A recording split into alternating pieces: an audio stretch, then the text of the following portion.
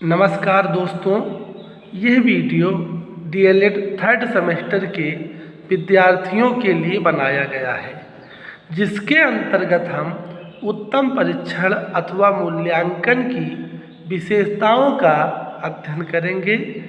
Characteristics of examination और evaluation. प्रिय छात्रों, जैसा कि आप जानते हैं कि मूल्यांकन करने के लिए हमें विभिन्न प्रकार के परीक्षण यानी टेस्ट की आवश्यकता होती है। परीक्षण टेस्ट व्यक्ति की विभिन्न प्रकार की योग्यताओं, क्षमताओं, रुचियों, गुणों एवं उपलब्धि का पता लगाते हैं। अतः जब कोई एक परीक्षण हम बनाएं तो उसमें विभिन्न गुण होने चाहिए। डॉक्टर महेश भार्गव के शब्दों में अगर हम कहें, एक उत्तम परीक्षण आवश्यक रूप से प्रयोजन एवं मानकीकृत यंत्र है जो मानव व्यवहार का वस्तुनिष्ठता एवं व्यापकता के साथ निरीक्षण करता है। उत्तम परीक्षण की विशेषताओं को हम दो भागों में विभाजित कर सकते हैं। पहला है तकनीकी कसौटियाँ, टेक्निकल क्राइटेरिया, और दूसरा है व्यवहारिक कसौटियाँ यानी प्रैक्टिकल क्राइटेरिया। तकनीकी कसौटियों के अंतर्गत हम प्रथम देखेंगे विश्वसनीयता, रिलायबिलिटी। एक उत्तम परीक्षण में विश्वसनीयता का गुण होना चाहिए। विश्वसनीयता से तात्पर्य ऐसी परीक्षा से है जिसको बार बार प्रशासित करने पर समान निष्कर्ष प्राप्त हो, और हम ऐसे परीक्षणों को विश्वसनीय परीक्षण कह सकते हैं। फ्रीमैन के शब्दों में अगर कहें, विश्वसनीयता का तात्पर्य उस विशेषता से है जिसमें एक परीक्षण आंतरिक रूप से समान है और जो परीक्षण तथा पुनर्परीक्षण में समान फल प्राप्त करता है। इसका मतलब यह हुआ कि यदि किसी परीक्षण के परिणाम पुनः परीक्षण के पश्चात समान परिस्थितियों में समान बने रहते हैं तो उस परीक्षण को हम विश्वसनीयता कहते हैं। वस्तुनिष्ठता, दूसरा है वस्तुनिष्ठता, ऑब्जेक्टिविटी। एक परीक्षण को वस्तुनिष्ठ भी होना चाहिए। संक्षेप में अगर हम कहें, वो परीक्षा वस्तुनिष्ठ कहलाती है जिस पर परीक्षक का व्यक्तिगत प्रभाव नहीं पड़ता है। इसीलिए नवीन परीक्षा प्रणाली जो अपनाई जाती है उसको वस्तुनिष्ठ ही रखा गया है।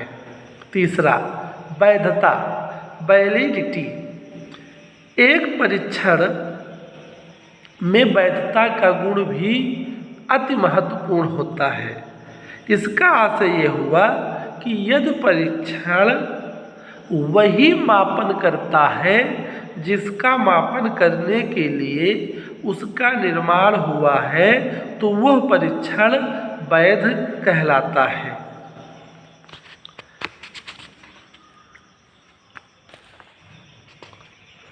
वास्तव में परीक्षण की वैधता का संबंध उसके उद्देश्य से होता है। अर्थात एक परीक्षण तब वैध माना जाएगा जब वो अपने उद्देश्यों को मापन करने में सक्षम होगा। जैसे बुद्धि परीक्षण को अगर हम ले लें, अगर वो परीक्षण बुद्धि का मापन करता है तो वो परीक्षण वैध माना जाएगा।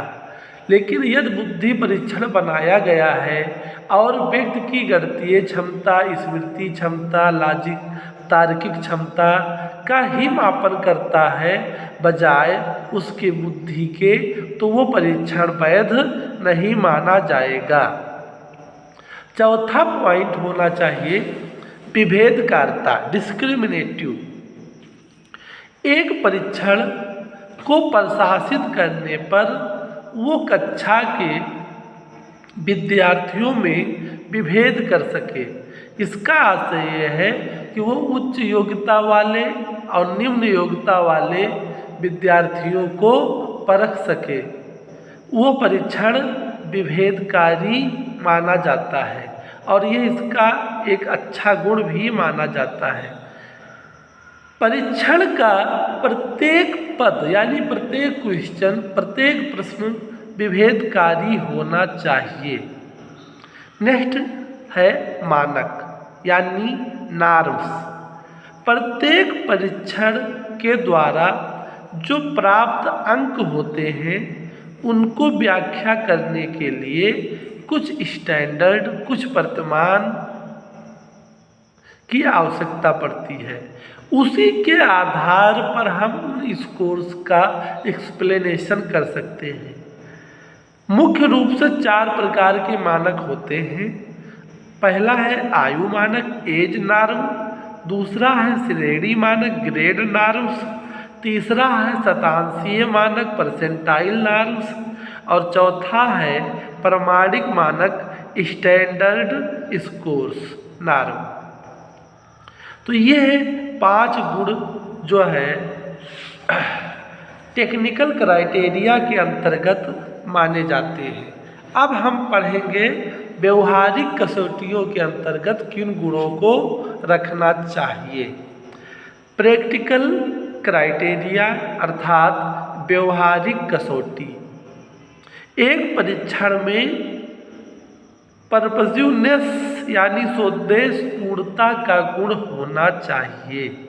जैसा कि हम पढ़ चुके हैं कि वैधता का भी संबंध उद्देश्यों से ही होता है, तो ये उसका एक व्यवहारिक गुण होता है कि वो परीक्षण जिस उद्देश्य के लिए बनाया गया है, उद्देश्य सामान्य है या विशिष्ट है, स्पेसिफिक ऑब्जेक्टिव्स हैं या सामान्य उद्देश्य हैं, उन उद्देश्यों की पूर्ति क्या परीक्षण कर पा रहा है। अगर हाँ, तो उसमें हम कहेंगे स्वोद्देश्य पूर्णता का गुण है। दूसरा है व्यापकता, कंप्रहेंसिवनेस।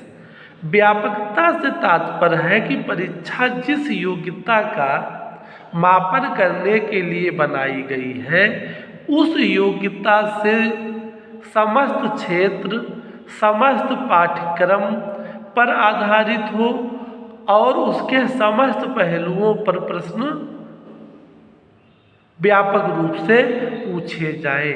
इसका मतलब है कि कोई भी परीक्षण किसी एक भाग से ही ना बना लिया जाए, वो पूरे पाठ्यक्रम का निचोड़ होना चाहिए। संक्षेप में अगर हम कहें तो पहला गुण होना चाहिए पाठ्यवस्तु का व्यापक समावेश, कवरेज ऑफ सब्जेक्ट मैटर अथवा कंटेंट।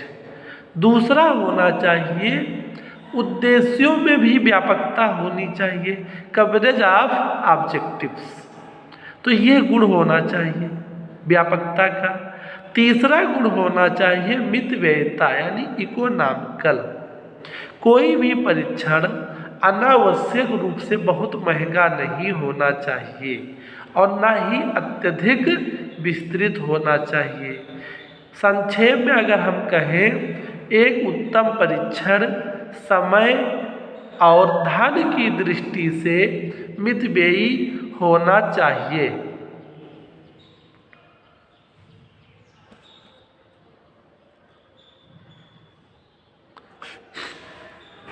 चौथा है उपयोगिता, यूजेबिलिटी।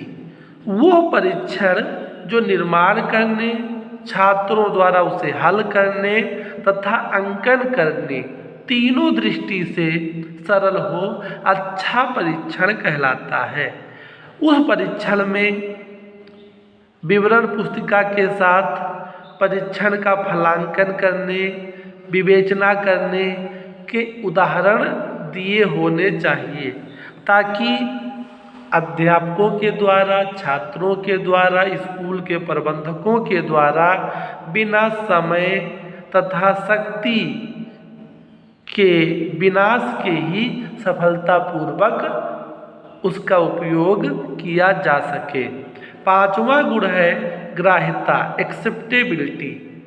ग्राह्यता से आशय है कि किसी भी परीक्षण का उन व्यक्तियों पर तथा उन परिस्थितियों में सफलतापूर्वक प्रशासित किया जाना जिनको आधार बनाकर उस परीक्षण विशेष की मानकीकरण प्रक्रिया संपन्न की गई है, यानी उन्हें स्थानों तथा सभी परिस्थितियों में सफलतापूर्वक लागू किया जा सके। यदि उस परीक्षण को स्थान या किसी परिस्थिति विशेष में लागू कर सके अगर, तो उस परीक्षण में हम मानेंगे एक्सेप्टेबिलिटी का गुण है। छठा है प्रतिनिधित्व, रिप्रेजेंटेटिवनेस। एक उत्तम परीक्षण में प्रतिनिधित्व का गुण होना चाहिए, अर्थात व्यक्ति के व्यवहार के जिस न्यायादर्श का मापन करने के लिए परीक्षण की रचना की गई है उसका मापन परीक्षण प्रतिनिधित्व रूप में कर सके। उदाहरण के लिए एक निदानात्मक परीक्षण उस समय प्रतिनिधि परीक्षण कहा जाएगा जबकि उसके पूरे पद समस्या विशेष प्रकरण से चुने गए हैं। ब्राउन महोदय ने कहा है, A test is a representative when the test item are similar to the behaviours we are interested in measuring.